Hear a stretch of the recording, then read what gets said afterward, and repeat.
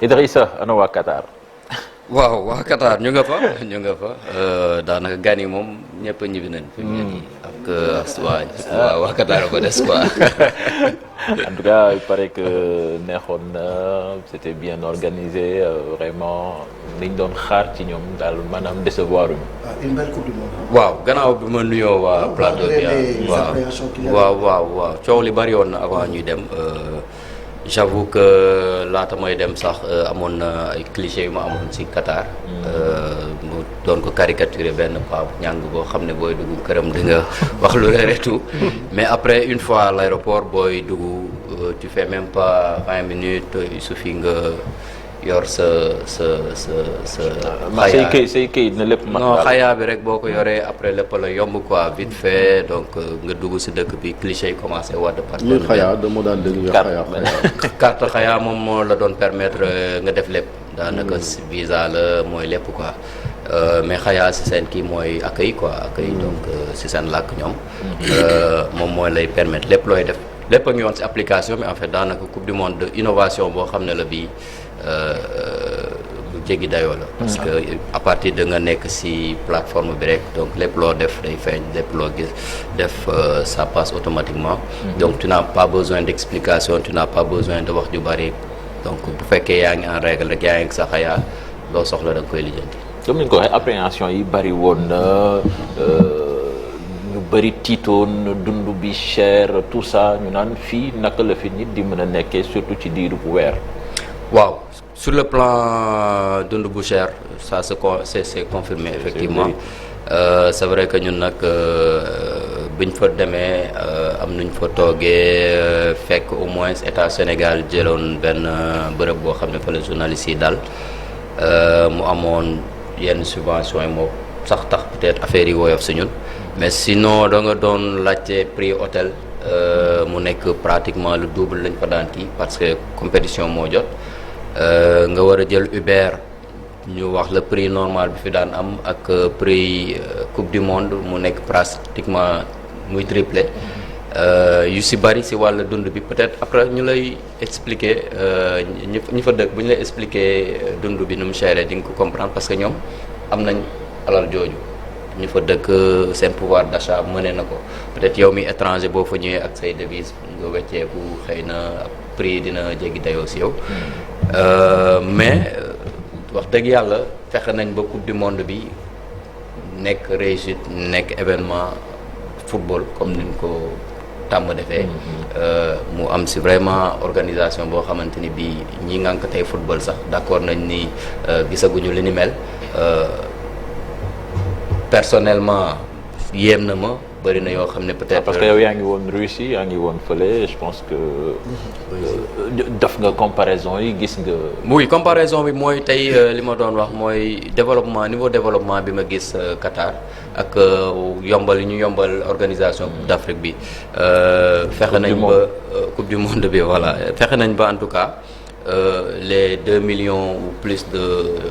visiteurs yi fa ñëwoon pour teewee coupe du monde bi ñëpp mën a tey boo jëlee dëkk bu ndaw bu mel noonu bu xam ne coupe du monde mi ngi ñu ngi koy organiser ci un rayon de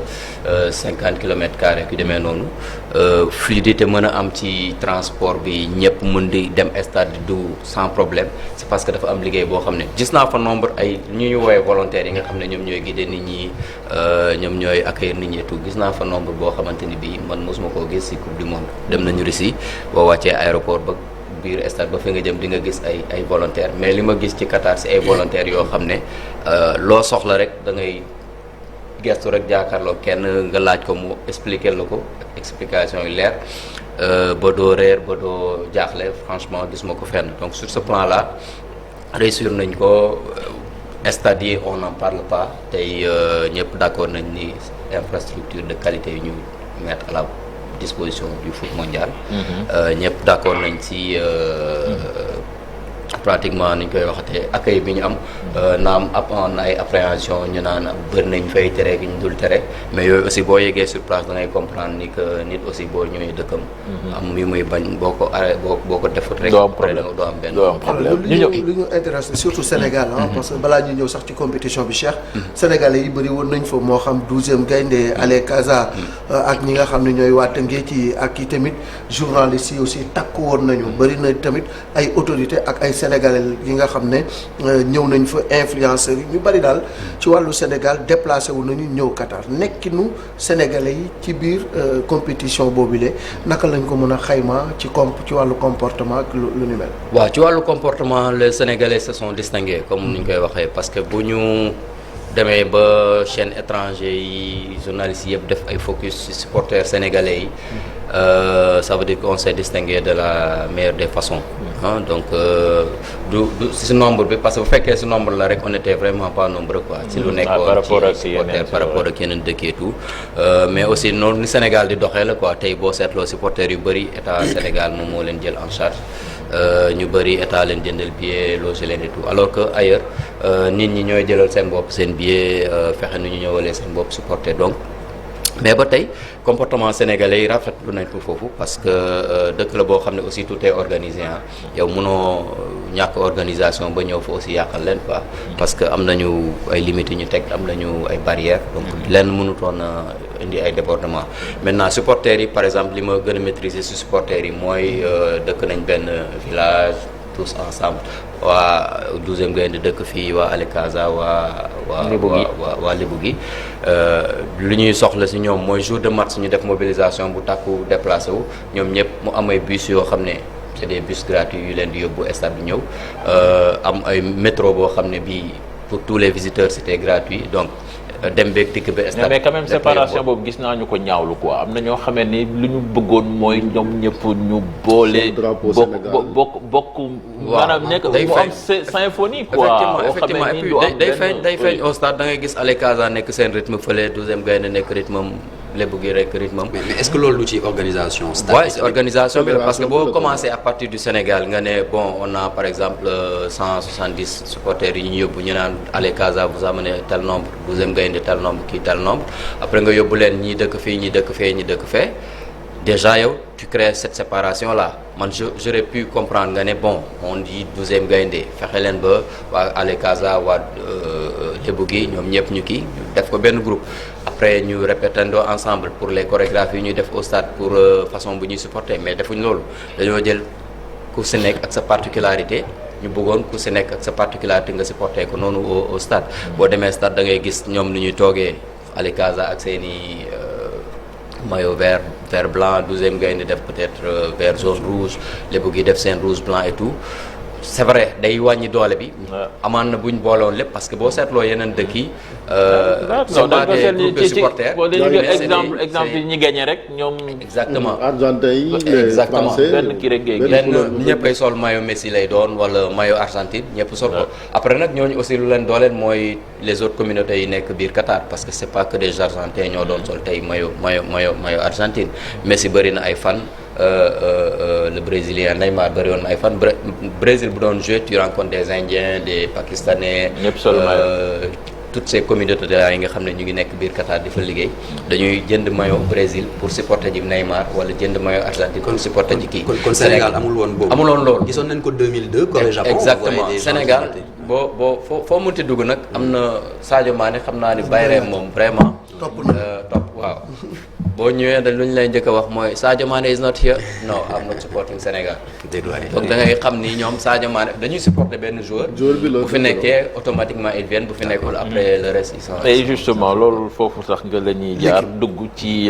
bilan équipe bi carrément déjà huitième de finale bi nga xam ne ni moom la ñu yem ci coupe du monde bi est-ce que objectif la boo xam ne ni moom lañ leen sasoon voilà. Non, c'est clair que l'objectif de Billen Sasson, c'est au moins d'atteindre les quarts de finale. Lolo Aliou Cissé, il l'a dit, le contrat que j'ai signé avant de la Coupe du Monde, nous renouvelons le contrat, qui courir jusqu'en 2024. L'objectif de cette Coupe du Monde, c'était d'arriver au moins en quart de finale. Après, derrière, casser ce plafond de verre là, moi, demi-finale et tout.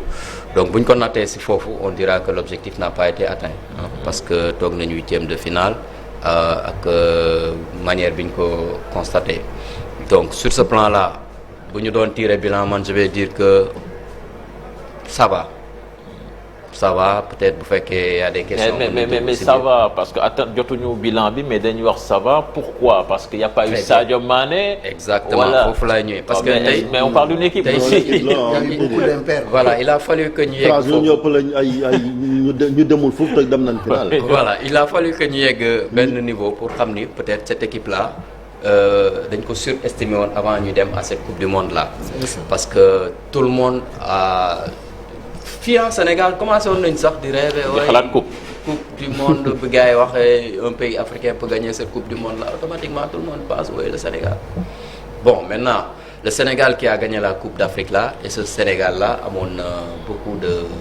manquements beaucoup de différences quand même bu ñu commencé ci les joueurs yi nga xam ne ñoom ñoo gën a marqué coupe d'Afrique bi mel ni Saliou Ciss bu amul club boobu mënul dem nga jël Bouna Sarr bi blessé ba mënul dem après nga ñëw Sadio Mané mënul dem mais ñooñu moom bu taxawee ci ñaar ñi leen remplacer quand même ils n'ont pas déçu nga jël Ismaïla Jacob ak Sabaly. oui mais coupe du monde bi particularité bi mu am mooy xam nga aussi affaire bi du ay joueurs ak kii mais pour nga mën a am collectif boo xam ne tàmm jouer ensemble aussi day am solo booy dem à des compétitions du genre équipe bi demoon coupe d'Afrique bi. tey boo jëlaatee équipe bi nekkoon ci coupe du monde bi nga tegaat leen di nga gis ni changement yi bëri na mais Idi remarque Chérif bi ci France aussi dina xaw a contredire loolu parce que France aussi ils ont mais aussi ci mondial bi am na élément yu bëri li ci France du Sénégal France am nañu talent individuel yooyu lañu am li ci France du Sénégal France ils se sont permis ñu ñàkk tey Karim bañ a dem et pourtant Mbappé réglé na seen problème. Et puis sans Karim, la France avait gagné la Coupe du Monde en 2018. Donc oui, je veux dire si moment bi nekk nii bu ñuy mais y a pas que Karim tout le milieu de terrain pratiquement Pogba, N'Golo Kanté. C'est pour t'expliquer l'abondance de biens que la France a.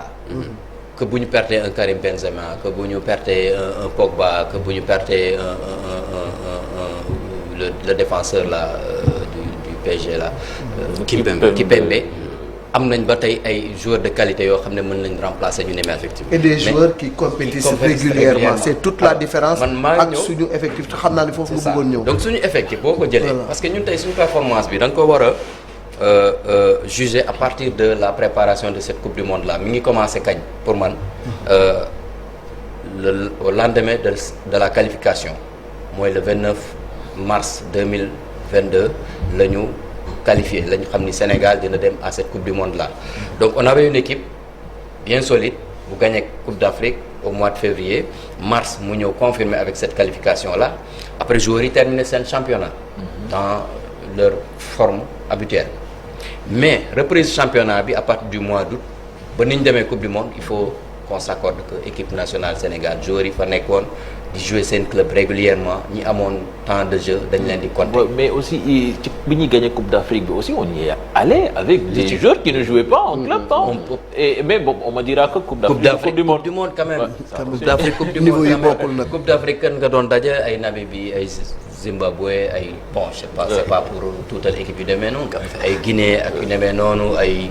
Guinée équatoriale ay Burkina Faso nga gagné et encore que dans cette Coupe d'Afrique là. dajoo fa ak les grandes équipes de l'Afrique ay Côte d'Ivoire ay Algérie ay Nigéria ay Maroc bi tey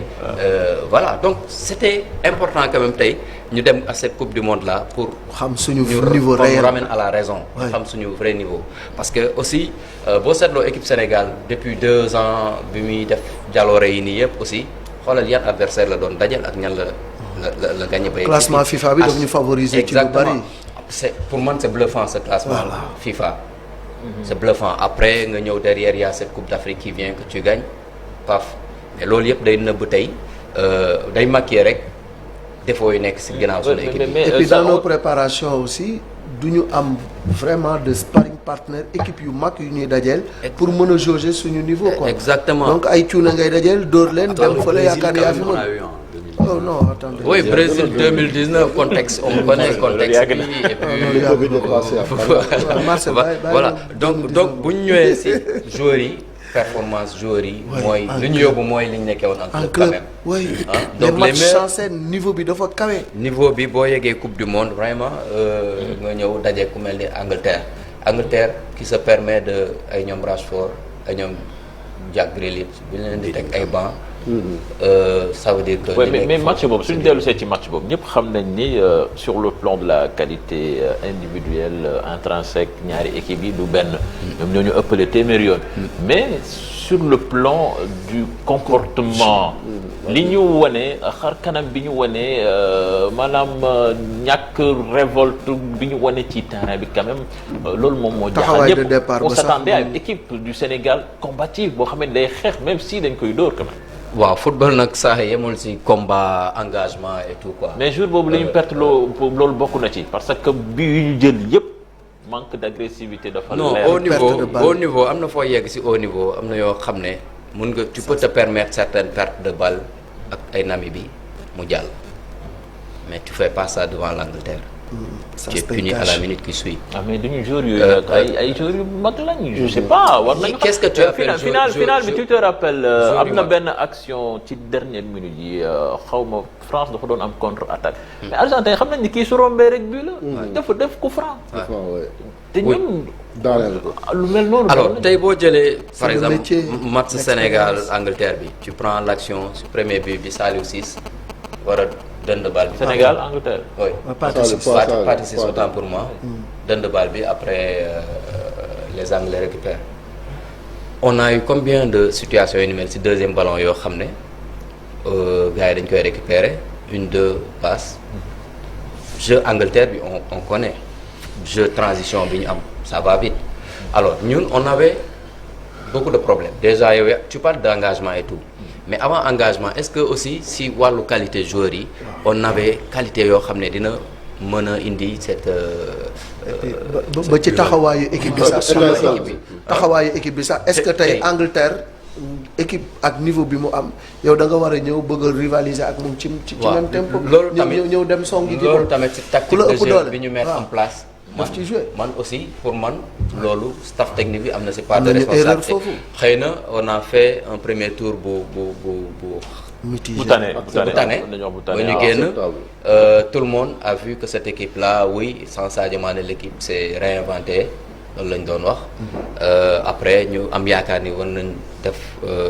plus que ce qu'on a vu mais si tu prends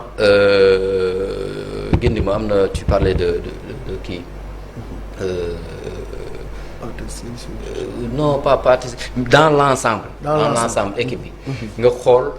engagement bi ñu amoon contre Équateur on pouvait se permettre contre Équateur mettre l'engagement et génn jouer mais l'Angleterre quand même doo ko song soit parce que il faut aussi mais doo ko song mais di nga xeex ak moom ci duel yi. waaw di nga xeex ak moom ci duel yi man j'ai écouté le coach du Maroc après tu comprends pourquoi parfois il s'en sort ci match yu difficile danaa la je joue contre l'Espagne je sais que man ak moom plan jeu bal bi ñoo koy yor dama koy bàyyi ak bal bi je vais essayer d'être solide derrière essayer de procéder par des contres. voilà règle gi a été clair possession yaa ko moom. jëlal man am naa sumay pexe bopp. pour contrer maintenant après ñun ñëw nañ contre Angleterre on a voulu jouer. on s'est dit que woy kii dañ koy gagner yegg si kawam yàlla dimbali ñu nag enfin je sais pas c'est peut-être ça notre malheur. première 15 minutes yi ñu nekk seen kaw mais l'Angleterre c'est une grande équipe mu taxaw observer. aspirer la nga jouer gis ni que tu peux faire mais malheureusement tu n'avais pas la qualité devant pour concrétiser say actions. parce que Boulaye Dia aurait été un bon attaquant. action bi mu am noonu peut-être. mais foofu aussi bon le coach aussi parce que l'équipe bi mu tegoon contre par exemple les Sud-Américains là Équateur il a changé indiwaat Crépin. ok changement bi c'est peut-être Crépin ak Gana Gueye bi ñu manqué. Crépin c'est clair que il a fait de l'ombre à Iliman Ndiaye parce que boo jëlee Crépin delloo ko place Iliman revient un peu au milieu da nga doon seetlu ni Iliman. benn utilité la fa amoon mooy faire le tampon pour première relance bi. donc bi mu dawee ba sonn après mi-temps bi dañ koo génne donc. loolu mën naa la ko nangul peut-être côté boobu noonu tactique de jeu bi ça n'a pas été ça dindewaat nañ un Crépin Diatta qui a été l'ombre de lui-même durant toute la compétition on ne voyait pas vraiment Crépin revenir ce jour-là je sais pas lu xew ba Aliou Cissé indiwaat ko ça nous a coûté ce que ça nous a coûté après on peut revenir si ay cas yu demee noonu mais une fois de plus faut que ñu nangu aussi que il fallait que ñu jouer avec de grandes équipes pour que ñun aussi qu'on nous ramène à la raison. C'est ça, parce que man lu ma benn feneen fu may ñëw mooy dafa am lu nga xam ne moo nekkoon suñu force nekkoon suñu certitude mooy la solidité défensive. Effectivement. Voilà léegi li nga xam ne moo nekkoon suñu maillon fort dafa mel ni tey le mur s'est fissuré. Il y a plus de certitude sur le plan défensif lan moo indi loolu. waaw te pourtant il y a presque les mêmes hommes. loolu mooy forme du moment bi ma doon wax. si njëlbeen nga. parce que bu ñu jëlee Koulibaly à Chelsea ce n'est pas la belle vie ça c'est clair. Abdou Diallo on sait tous que bon du ma médecin mais ñun ñëpp xamoon nañ Abdou il était venu diminuer n'était pas à 100%. da nga koy xool si action yi yëpp bi ñuy jël yëpp. il y a Abdou Diallo bu am retard ba ci contre Qatar. Contre Qatar malheureusement dañu dugal Pape Abdou Cissé moom moo waroon replacé comme le latéral c'est lui qui devait monter sur le gars mais dafa nekkoon position de défenseur central taxaw.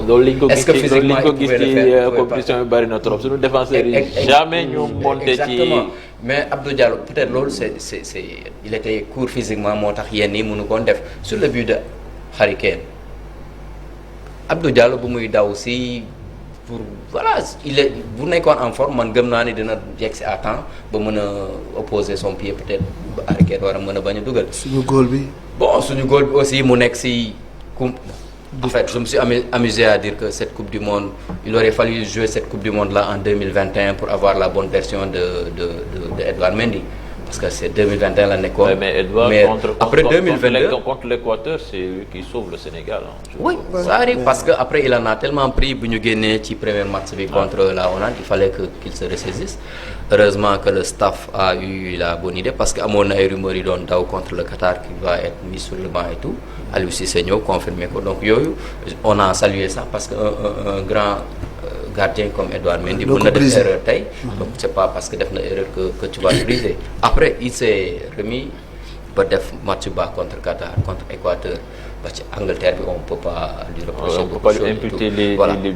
mais pour dire forme du moment dafa am solo souvent entraîneurs yi dañ koy wax quand on fait une sélection on choisit les meilleurs du moment donc loolu dafa feeñ tey ci équipe nationale Sénégal bi moment bi ñuy dem coupe du monde wax dëgg yàlla suñu joueurs yi ñu ngi nekkoon ci ay niveau de performance yoo xam ne c'était vraiment pas ça en club et loolu la ñu indaale en équipe nationale et malheureusement il y avait pas ce temps de préparation peut-être pour ñu